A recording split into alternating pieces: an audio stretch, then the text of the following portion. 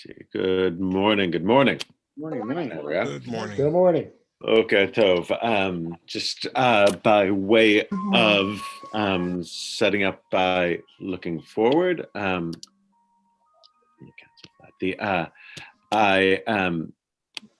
Next week we will have a week off because Thanksgiving. It's Thanksgiving. And I need not remind you that for much of the population, there is a high degree of being upset because it's the first major holiday that's happened in the general population for which there are sort of primarily observed indoors, and there are pandemic restrictions. We're in a different boat. Thanksgiving is important, and we've been through pandemic Pesach and pandemic Rosh Hashanah, Yom Kippur.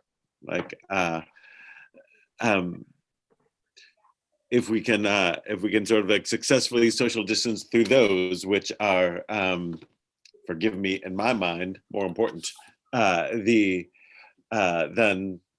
we can make it through this as well. So please, so we won't have class next week, but Yes. make a point of staying responsible, we'll say. All right. With that, we get to dive back in. Is there anything else I need to cover? Any concerns, so forth? No? All right, then. The bracha for Torah study is Baruch atah Adonai Eloheinu melech haolam asher kiddushanu b'mitzvotav v'tzivanu la'asok b'divrei Torah. And we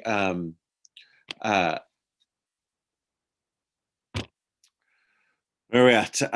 We get to start out. We are in the book of Ruth, and we what did we get? We got to Ruth's famous speech, right? Essentially, like to Ruth chapter 1, verse 18 or so, and we talked about the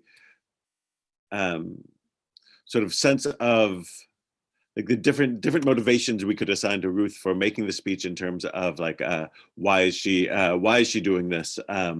The sense of conversion that comes through, even if it's somewhat anachronistic in that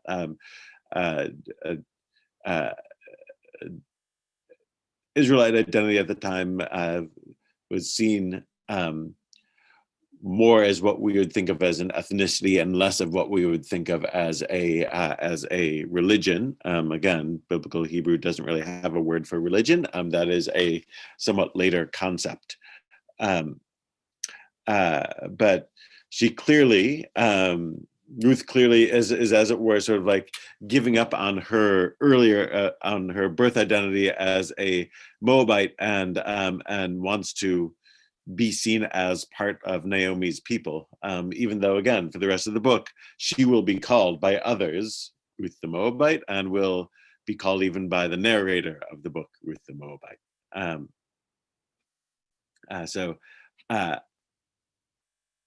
That pause. Questions? Further comments on that stuff? Then we'll continue. We'll go through the speech because the speech is powerful, and we'll pick up with chapter 1, verse 15, just so that we can hear it again because it's really beautiful.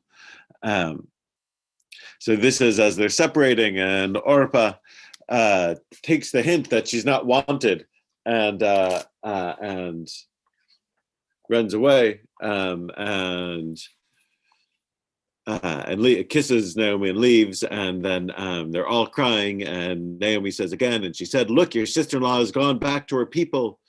Go back after your sister-in-law." Verse 16, and Ruth said, "Do not entreat me to forsake you, to turn back from you, for wherever you go, I will go, and wherever you lodge, I will lodge. Your people is my people, and your God is my God. Wherever you die, I will die, and there I will be buried.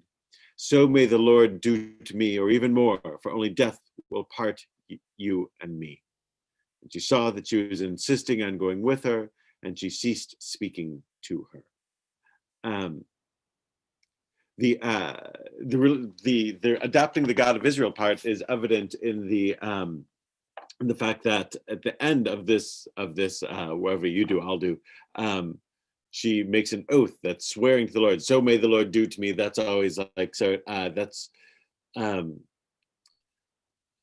sometimes like they translate lines like that as thus and so may the Lord do to me, and that's sort of like the person may have said terrible things, like sort of like may it's a version of may God kill me if, or that you say something terrible as part of it, or in other words, may something bad happen to me if I don't follow through on that promise, and you make an oath to God on that. So they don't even want, it's so terrible to imagine, they don't even want to print it, so they say so may God do to me, and the so is leaving out the all of the bad things that the person would have spoken. Ko in the Hebrew, just JPS is thus and more may the Lord do to me. So that.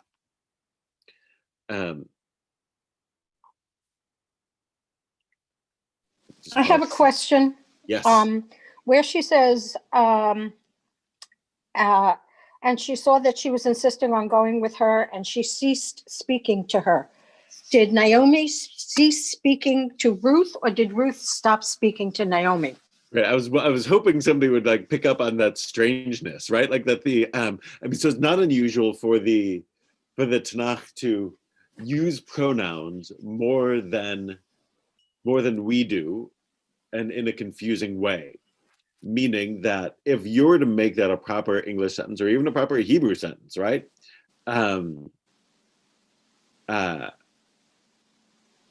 You would make clear who the speaker is, because Ruth just finished his speech. So by saying she, which is what the Hebrew does and what Alter does, JPS will not do that. It is confusing. JPS reasonably inserts Naomi in brackets, so you know the brackets indicating that the word isn't there. And in fact, what's there is the implied she, right? Batere, and she saw. So it's got to be Naomi, because that's the only way the sentence makes sense. Mita metzati lechetita, and she saw that she was determined to walk on with her. Naomi is the primary goer, and Ruth is the one who wants to go along with the primary sort of leader of the trip. It's very clear Naomi is the one who is going. She asks her daughters-in-law not to go with her.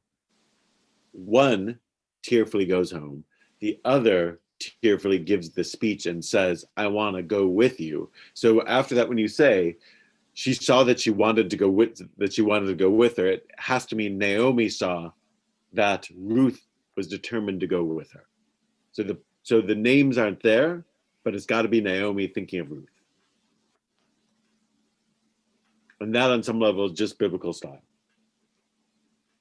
Yeah, but that's like turning her back on her. Naomi turning her back on Ruth. Right. And then the next thing is she saw that determined to go with her. And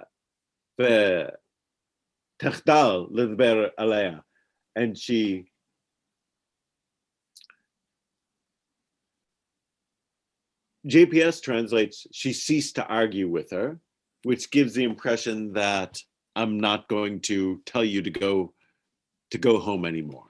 He said a number of times, go home, and Ruth says, stop telling me to go home. But I think Alter captures a little better what could be the nuance of the Hebrew, which is what you're objecting to like which is she ceased speaking to her. The techtal ledaber alea. She ceased speaking to her. So, and you're pointing out that it's like turning her back on her. And that's what you sort of have to unpack at this moment. Ruth, possibly or probably, just poured out her heart, right? She just pledged loyalty until death. I will leave everything to be with you, Naomi. And Naomi's response seems to be turning and walking on in silence. Right? Yeah. So it could be exactly what you're saying, like that after Ruth pledges her loving loyalty, Naomi's response is turning and walking away. You can read it that way, and that's the implication of Alter's translation and maybe of the Hebrew. So I'm gonna read that sentence or that clause both the way Alter translates and the way Ruth translates it, right? So Alter translates it, and she saw that she was insisting on going with her, and she ceased speaking to her, which definitely gives a sense of She just turned her back on her. turn her back and walks away. JPS translates, when Naomi saw how determined she was to go with her, she ceased to argue with her. And the two went on until they reached Bethlehem. There, it's a little softer. To stop arguing with the person is different than not talking with a person. So loaded, what's going on here? So you notice how the two translations give you two different sense of it. So we'll Alter doesn't give a comment. The longer JPS commentary that I have gives a comment on this. And she writes, the dialogues at the crossroads come to an end when Naomi gives up trying to change Ruth's mind and falls silent. Her silence contrasts with David, who responds to Ittai's oath of commitment with an acceptance in that scene where they're arguing back and forth. Naomi's silence has been interpreted as that of gratitude, or of resentment, or ambivalence, or more, right? So is the silence that she's so overcome with emotion that this woman is literally willing to give up the possibility of a better life to accompany Naomi? Is it the silence of being overwhelmed with emotion, and she's just verklempt, right? Not a biblical word. Rabbi? Or is it that, let me just finish the thought, or is it something darker than that? Sorry, go ahead. Rabbi, I look at it as, from a psychological term, that Naomi is totally alone. She lost her husband, she lost her sons, she's lost her fortune, she's lost everything. And it seems like Ruth has definitely affection for her, but she's also probably afraid to leave her alone, that she might do something to her on the way back, that she's afraid to leave her alone. That's the way I look at it. Nice. You're right. So good read. So it could be this. It could be that Ruth isn't being so selfless, but just being a responsible friend. That could be the case. And if that were the case, then the speech would be something of a put on. Would be like just an effort to convince Naomi to allow Ruth to go along for Naomi's own good. Like the speech doesn't indicate, I don't think that well, you know, I could go either way with this, but for your sake, I'll go along. Like she doesn't give that impression, but the speech could be just a ruse, as it were, to convince Naomi that there's still something to live for, and it could be that. It could be resentment.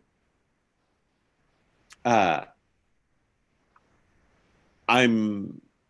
I have to go back and start this new life. And when I left town, you know, things were going okay, and now I'm returning like bereft, with all these terrible things having happened to me. And you know what? I don't need you along for the ride. I would rather just be alone right now. I just need some alone time, and I've asked for it very clearly and repeatedly. And now you're coming in with your needs and this elaborate emotional speech about how you want to stay with me forever. Fine, fine. And you can read it that way. She just turns and silently walks away. It's like, okay, if that's what you can do, you're going to do it. Okay. Could be that. So again, she could be overcome with loving emotion. She could be shutting out. So it could be gratitude, could be resentment, could be ambivalence, where it's like, okay, that's what you want. Let's do it. This cites another commentary. A young woman has committed herself to the life of an old woman rather than search for a husband. One female has chosen another female in a world where life depends on men. There is no more radical decision in all the memories of Israel. Naomi is silenced by it, which is to say, in that read, it's sort of like, it's such a wild thing to do, to sacrifice the the standard life in the ancient world for something for ordering off the menu. I'm not going to go seek a husband. I'm staying with you, Naomi. And that's just so wild that it's just sort of like there's nothing to say to it, because it's so unthinkable. Another comment, yet some argue that Naomi generally wishes to be free of close association with a foreigner. Maybe she doesn't want to go back to Judah with a Moabite. They conclude that Naomi here withdraws emotionally from Ruth. In other words, why doesn't she respond? Because it's sort of like too difficult to respond to somebody who you know and actually care about with the truth, which is, people don't like you. Where I'm going, your kind isn't welcome. So like the fact that you're like, it's very sweet that you're pledging all this stuff to me, but like, I don't know that this is really this is really a great decision on your part. Others defend Naomi and interprets the silence as consent, as if no further words are needed. More nuanced interpretations have note the text conveys the understandable ambivalence of a grieving mother. That's on some level similar to, though not identical with what Ed was saying. Naomi's ability to acknowledge Ruth's effusive oath of loyalty may convey her utter desolation. Right? That's similar. When considering ethnological studies about conversion, Naomi's silence can take on a different meaning. The others suggest that if this is a conversion scene, conversion requires communal acceptance, which Naomi can't offer. She can't say, okay, you're in. You're now one of us. You're, my people are your people, your God is my God, you're in. She can't say that because she sort of doesn't have the authority to.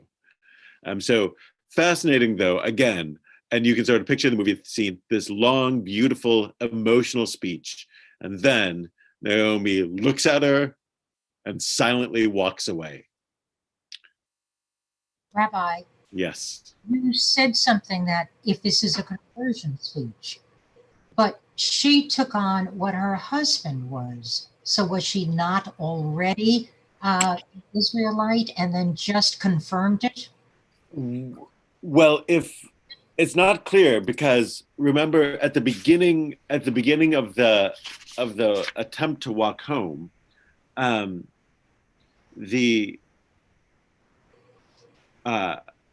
what Naomi says is, let me find it also in the Hebrew. The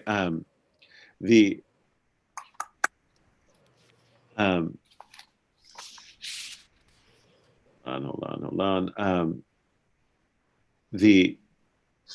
She says, go back to your, is it go back to your homes and to your God, right?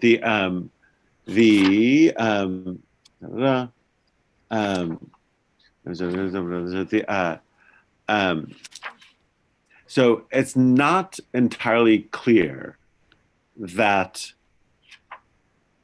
their status doesn't revert if they don't have a Israelite male in their lives. Meaning Orpah pretty clearly goes back to being a Moabite, and that's what she's supposed to do, right? So the it's going to her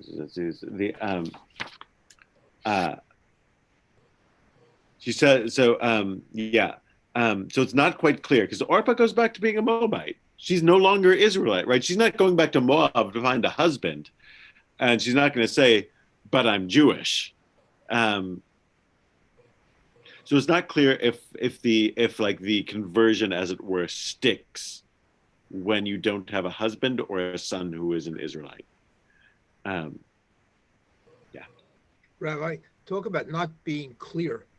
One of the things this text conveniently leaves out is what the relationship was with these three women. One may have been much closer to the other one, to Naomi than the other. They conveniently leave that out, leading to all these theories and speculation. Yeah, I mean that's the thing. Yeah, so we don't know if Ruth and Naomi were super close and Orpah was the third wheel, though it doesn't give that impression. Meaning that up until there's no I think it suggests otherwise. They're all she seems to be treating both of them equally throughout the whole situation. Or maybe that Orpah was the closer one and Ruth was the tag along, right? There's no real hint of that. So it could be the case, but not necessarily. They conveniently leave it out, leading to the speculation of why this is. Yeah, why is she why is she acting that way? Is it I'm going again right now. She wait for them. She don't know my daughters when the hand of the Lord has been struck against me. Right, broken to weeping. Orpah kissed her mother farewell, but Ruth clung to her. Right. Sorry, it's verse 15. To Phyllis's question, V'tomer hinei shava yemetech el ama v'el Eloah shuvi achrei yemenecha. Naomi says, see, your sister-in-law has returned to her people and her gods. Go follow your sister-in-law, right? Just for the speech, what she says is, Orpah's gone back to her people and her gods. You should too. So the implication is that your identity is malleable based on, again, the man in your life. And so that's the key thing. But the difference is an altar leaves it out, and I'm not sure why. Rabbi? Yeah. Leaves out that. Art Scroll explains it all. As always, that Naomi encouraged the young widows to return to their idolatrous families suggests that they had never converted to Judaism. Otherwise, how could she have sent them in effect to renounce their Jewish faith? Indeed, according to Rabbi Meir, they had not converted. However, according to the Zohar Chadash, they did convert when they married the brothers. Such conversions, however, involved a degree of coercion, since the parents of the brides had arranged the marriages, and the women of that society would not be free to refuse. Therefore, it would it would be only future fidelity to Judaism that could prove the conversions to have been sincere. Orpah, by leaving Naomi, showed that her conversion had not been valid. Ruth, however, gave the most eloquent proof that she was a Jewess of the highest order. Right. So that's good. Thank you, Alan. That's good and also helpful in that so that's typical of the Midrash, um and consistent with the Midrash, Art Scroll, and sort of like often Haredi viewpoints in general are what are ahistorical, which means part of the idea that Judaism is like fixed and unchanging sort of requires them to read their practices back into the time of Ruth. Um, so so so they have to like figure out how could it be, right? Like that, like it's a difficult line, back to her gods, right? So so they have to be like, how in our society, how would that make sense? And so they spin out the Midrash that reflects the how would that make sense in our context that you could possibly say that. Yeah, so that's a typical Haredi or in other corners of Orthodoxy as well read, where it's sort of like not historical. You're putting the later situation of how conversions work back on the earlier situation. So yeah, It's anachronistic. it's anachronistic. The the sort of like project that we're doing here, or like this, like again, like is to, as I say before, like be able to hold both things at once. Part of the essence of being a good Jew, and I would say a good citizen in a democracy as well, is to be able to hold two different conflicting truths at once, and not to be black and white about it, which is to say, we can read it, we can and should read the Midrashim and learn what we can from them, even if like that sort of has a forced naivete in it, and that we know that it's anachronistic.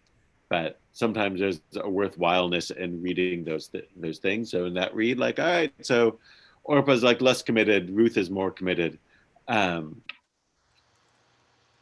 But also like but historically, it doesn't make sense because conversions just work differently in the time of Rebbe Meir, pre-Mishnaic times, or in the time of when the Art Scroll editor is writing in the late 20th century, or now, like so yeah, both at once. So yeah, they don't. So I think the most reasonable read is that you were what the man in your life was, and when the man disappears, then you could revert. So because they have no sons, there's no advantage to staying in the Israelite sense, and like you can just revert back.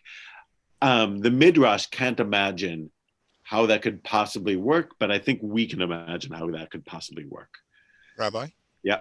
It also says, from this verse, the Talmud deduces that a convert is neither to be overly persuaded to, nor overly dissuaded from accepted Judaism.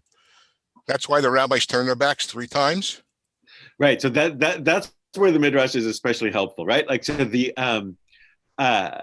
right. So there's a so like out of getting that, we out of those sort of like somewhat forced reads, we find support for like hallowed Jewish traditions, which is why you sort of have to hold both at once, which is to say, not dismiss the Midrashim as ridiculous, because then you sort of like lose a good source for a good tradition, and also like you can't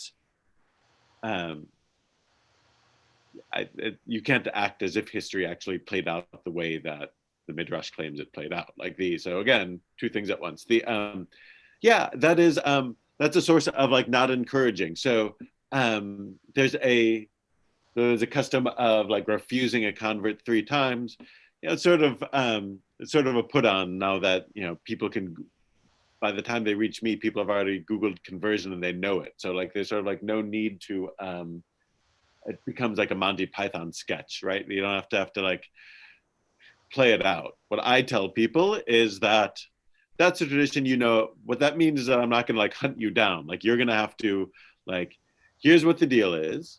If you're interested, call me back I'm not going to pursue you.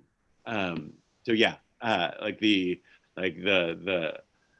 onus is on the individual to keep calling. Don't assume that I'm returning your calls. That's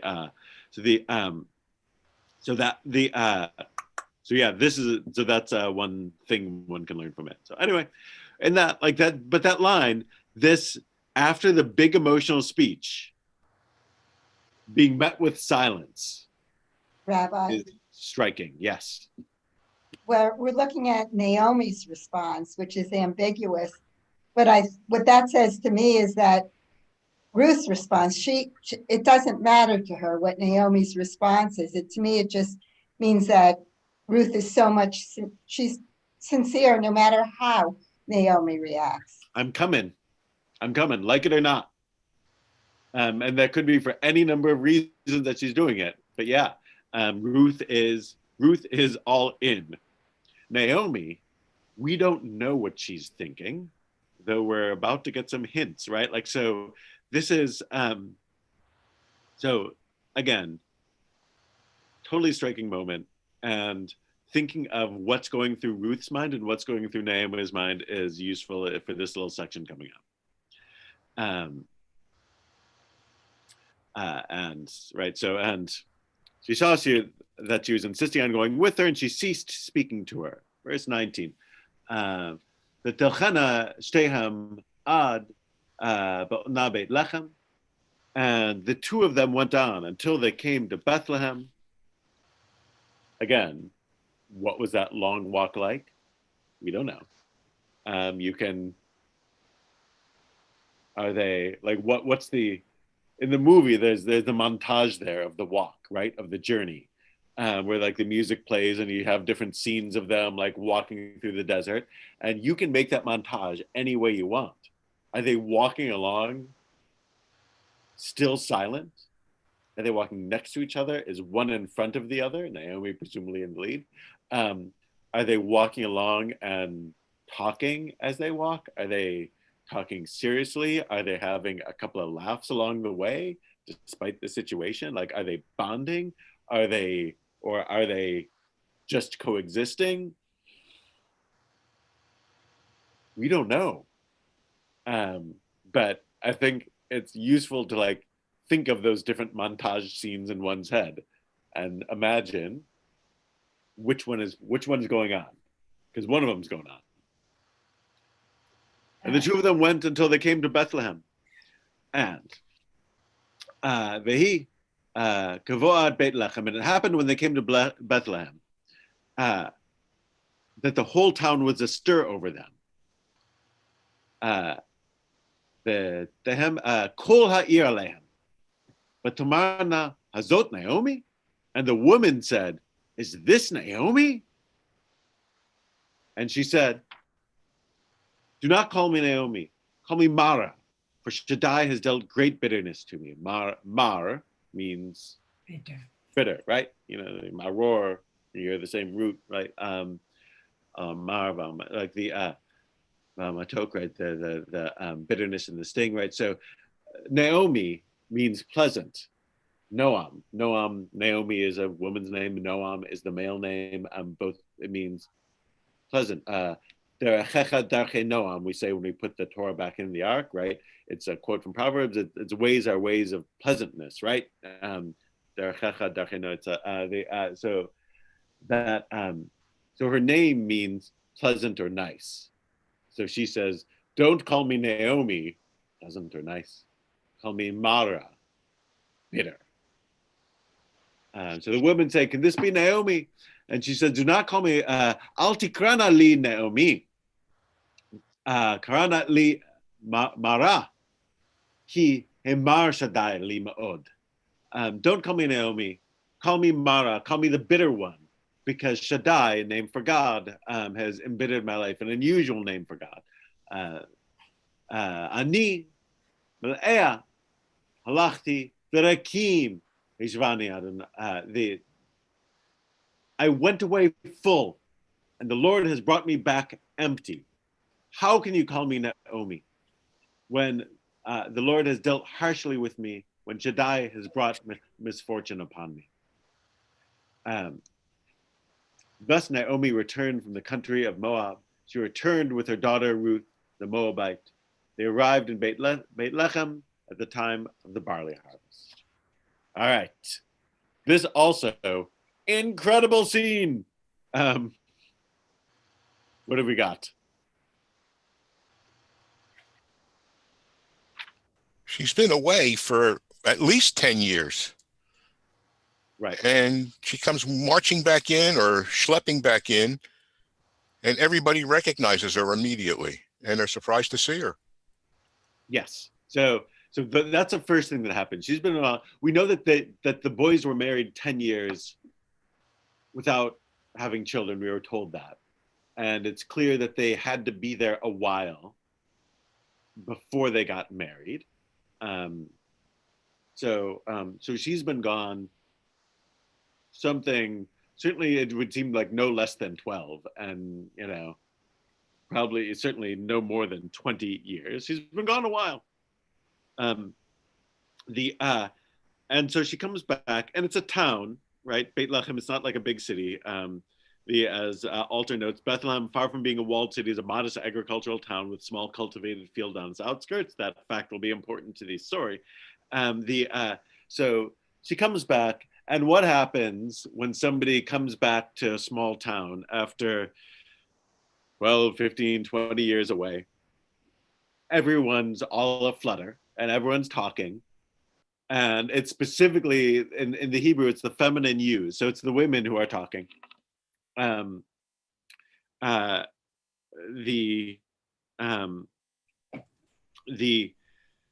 again, that's Alter's notes. It would have been a notable event in this small town that Naomi, having entirely disappeared for 10 years, should suddenly reappear with a young woman in tow.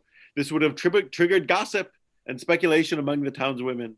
The women focus on Naomi, not paying attention to the young woman with her, right? Like, so Naomi comes, and the response that we get is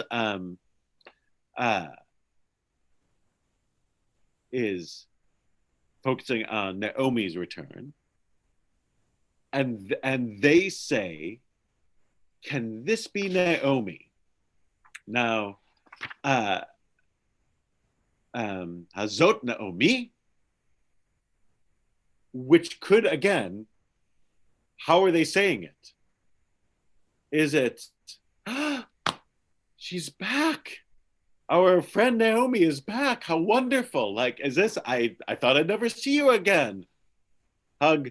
Like, is it that? Is this Naomi? How wonderful. Or is it Naomi is the worse for the wear, having been through everything she's been through? And they look up and they're like, this be Naomi? Like Naomi who like left sort of like beautiful and, comfortably middle class, and this scraggly widow, is that Naomi? Right? So I have another question. Yeah. Why did her sons go to Moab when it's really the women that follow their husbands and not the husbands that follow their wives when they marry? Wait a minute, meaning why did the sons move to Moab?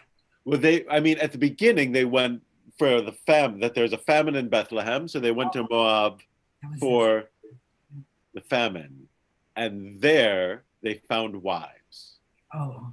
But then why didn't they go back? Because, isn't it usual? Yes. Certainly it's not unusual, or at least it's not unusual to go back for a wife. We're not told. It could be it could be a negative thing. It could be a judgment on them, meaning that, I wouldn't be surprised if there's a, art scroll note being like, well, the sons died because God punished them for marrying the wrong women, right? Like you could say that, or you could just read it neutrally. They happen to be there, and guess what happens when you're a young man? You meet somebody and you fall in love. Or you meet somebody and you get married, or whatever it might be. or you want to get married, and so you go out and you meet somebody.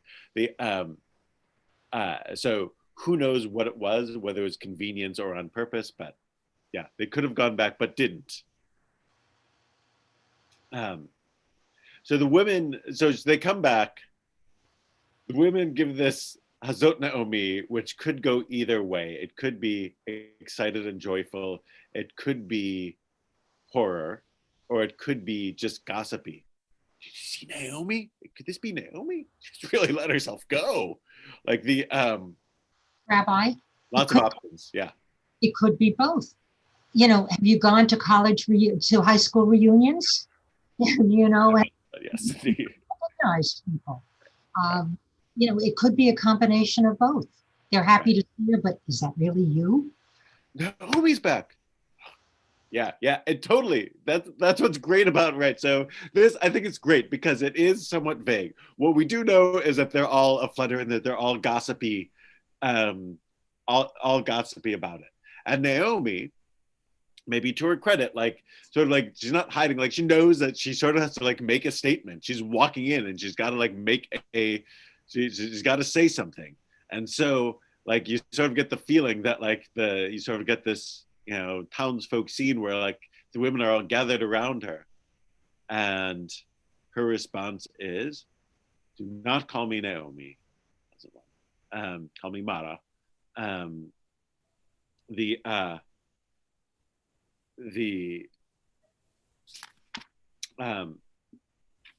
Meaning bitter, the antithesis as alternates of the sweetness suggested by the name Naomi. For Shaddai, using a comparatively unusual name for God. Shaddai, El Shaddai is what she's pulling from. The shin for Shaddai is why on mezuzot there's a shin, or on tefillin there's a shin. That's representing this particular name of God, which is not the common one we use. We don't use it in prayers all that often. The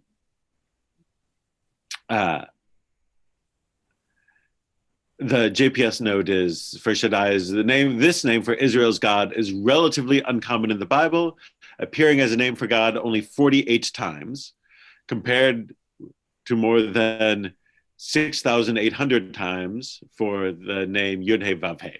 So Yud-He Vav-He, Hashem, is what we normally use for God, used over as a note. I'm happy I don't have to count these things 6,800 times in the Bible, whereas Shaddai is used 48 times. So it stands out when it gets used, right? It is by far less common.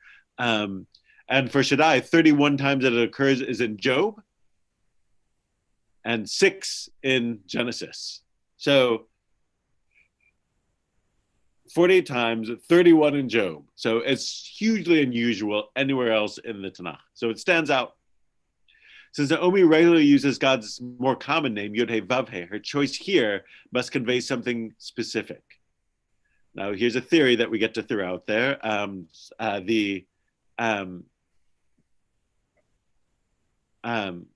It's a similar term to the word for breasts. Shaddai, right, is the Hebrew term for women's breasts. So this is what the JPS commentary notes. The term is nearly the same as a word meaning breast when inflected as my breast, right? Shaddai. According to a number of scholars, it might have referred originally to an ancient divinity associated with the mountains. If so, it became absorbed into Israel's religion as another name for Israel's unique God, Hashem. But that etymology may be less significant in Naomi's outcry than the association that the name invokes. In Genesis 49:25 is associated with fertility, when Jacob's blessing of Joseph refers to Shaddai, who blesses you, and continues with blessings of the breast and the womb. These associations may especially be appropriate for Naomi, who is no longer fertile and who has lost her children, right? So why is she using this weird or this unusual name for God? It could be sort of have a specific feminine aspect to it, or like being a name more beloved for women to invoke. but we have comparatively few, percentage-wise women invoking God's name. Or maybe it has nothing to do with it. Maybe it's just the name that she's using because that's the name that she likes. Could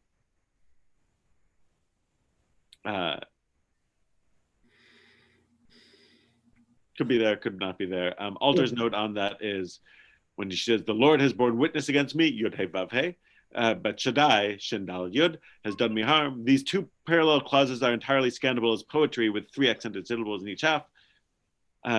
Naomi, after invoking the standard term, the Lord, Yud He Vav He, in the first verse, uses a poetic or archaic alternative in the second verse, Shaddai, often translated as the Almighty. In fact, elsewhere, Shaddai, unattached to El, God, appears only in poetry. So, Rabbi, only, yeah. Isn't Shaddai also used in Ashrei?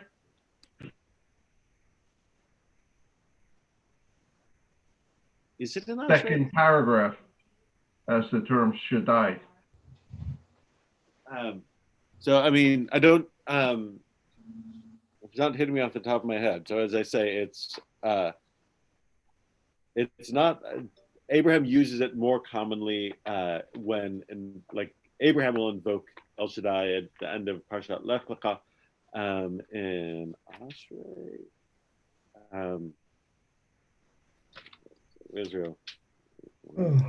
Still on page 181.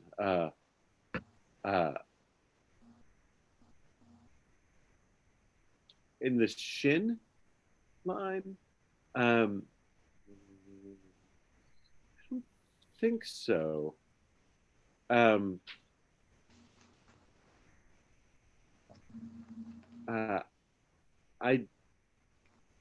don't see it.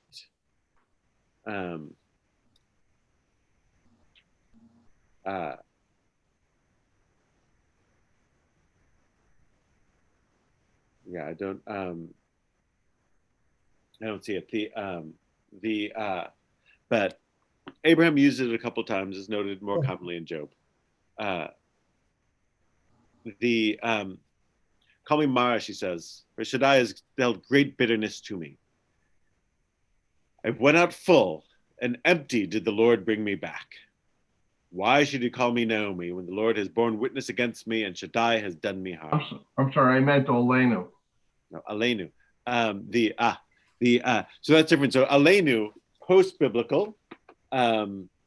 So very, in the second paragraph, Shaddai is yeah, yes, so yeah, Al Malchut Shaddai, absolutely. Yeah, so that, and you'll notice there they translate Almighty, correct? Absolutely, that's the word used. That's but Aleinu is centuries after Ruth.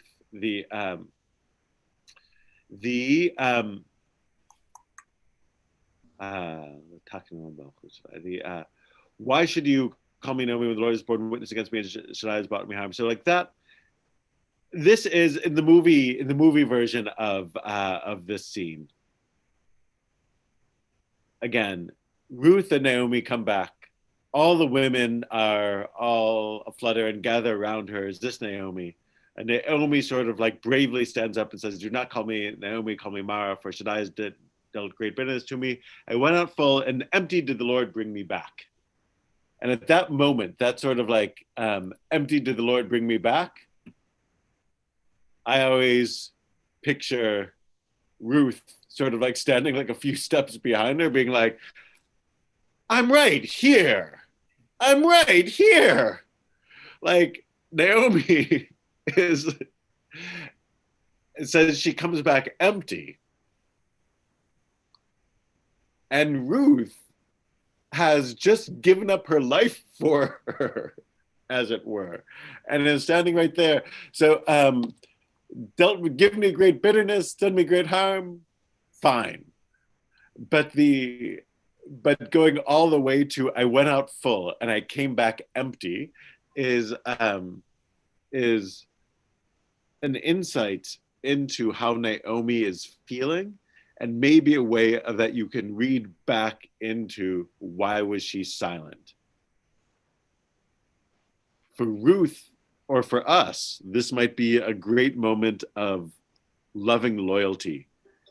But for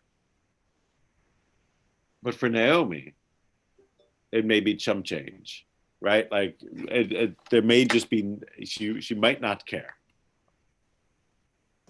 Rabbi? Yeah.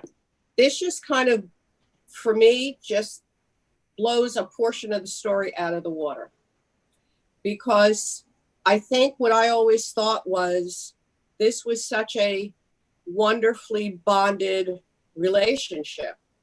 And a comment that I made last week was that I made a comment that, when people were saying, what did she mean by her conversion speech? And I had said, maybe it's nothing more than what it says. We've all probably had experiences in our adult lives where we felt like we came home, whether it was to ourselves, to another person, to a shul, whatever it is that we've come home. And I think I suppose, not having had this education, certainly just thought that these two women were so bonded and how wonderful that was. I guess I was projecting. I have all sons. No, I think what you're saying is the common read, and that's how I had always read it. And Karen actually had picked up this larger commentary, and reading it, and she came up with sort of like saw that there in the text that sort of like the common modern read of it of the Thelma and Louise aspect of Ruth and Naomi, maybe isn't there.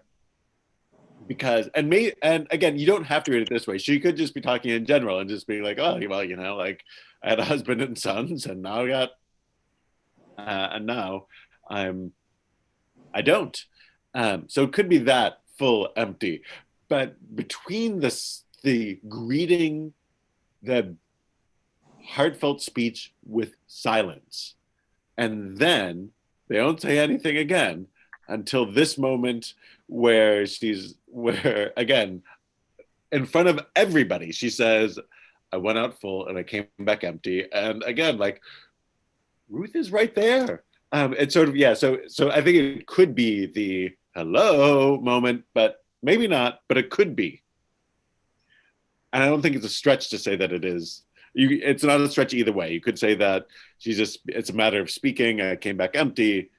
Everyone's dead. Now I'm telling you. Now all you ladies know, and you can go gossip about it. Fine. Like it could just be that, or it could be Ruth really might not mean anything to her. Rabbi, you said in the movie version, how did they go through? Were they walking? Did they talk to each other? Did they not? Yeah. It could be that that Naomi is so full of bitterness and so full of self-pity that she was thinking of what am I going to say to them? Right. Come back after so many years. What am I going to say? And she thought of this, and this way it takes care of everything. Okay, I answered all of your questions. That's it. This is why I'm back. Yeah. So that's it. Like presumably, like along the way, no matter what's going on, there's lots of time to think about. Naomi probably knows the town well enough that she knows this isn't going to be an easy re-entry. There's going to be gossip. Right. There's going to be talk. And I'm going to have to do some explaining. Because a lot has changed. Again, I'm, whatever it is, 15 years older, 10 years older, whatever it is, and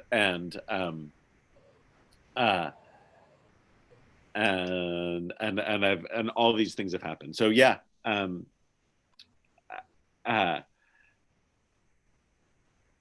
the Alder's comment here is Naomi came back and her daughter-in-law with her, who is coming back from the plains of Moab, which is an odd formulation, right? And Naomi came back and her daughter-in-law with her, who is coming back from the plains of Moab.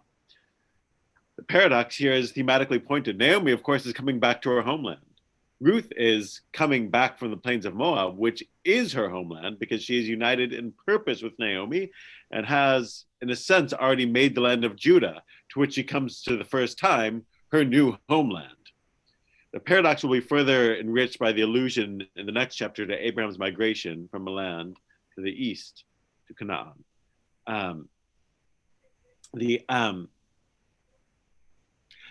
So the full empty thing is loaded. Like she like full can't mean that she left. Remember, she left in time of famine. So it's not like she's saying I was sated when I left. It's not a food thing. It's a though it could be. It really means like it's like with a family. Or with resources in general. And empty then comes like it's not hunger, since she left during a famine and is coming back and not a famine. It's like with husband and sons and maybe money, and now she's maybe coming back with nothing. Naomi's silence here, like the one earlier, suggests to some that Naomi is ambivalent or even resentful of Ruth's presence. Others regard the silence in regard to Ruth as a clue to Naomi's self-pity, understandable given the circumstance. That calls back something Ed referenced earlier. Naomi is unable to acknowledge that she is not really alone, that another woman has devoted herself to her well-being, and that such devotion can be sustaining. In an important sense, Naomi's perception is consistent with the cultural reality of the ancient world, where women without men, without the support of a father, husband, or son, were at a disadvantage. The book of Ruth exposes this social vulnerability even as it undercuts it. The point is made explicit at the end with the women when the women exclaim that Naomi's daughter-in-law is better than 7 sons, and that's in chapter 4, so we'll get there. So the journey here is complete. She's returned. And she says she comes back empty. The narrator then pointedly will say she came back with her daughter-in-law, right? The narrator is sort of reminding us that, well, maybe not totally empty. Though, again, strikingly, Ruth the Moabite, she's called.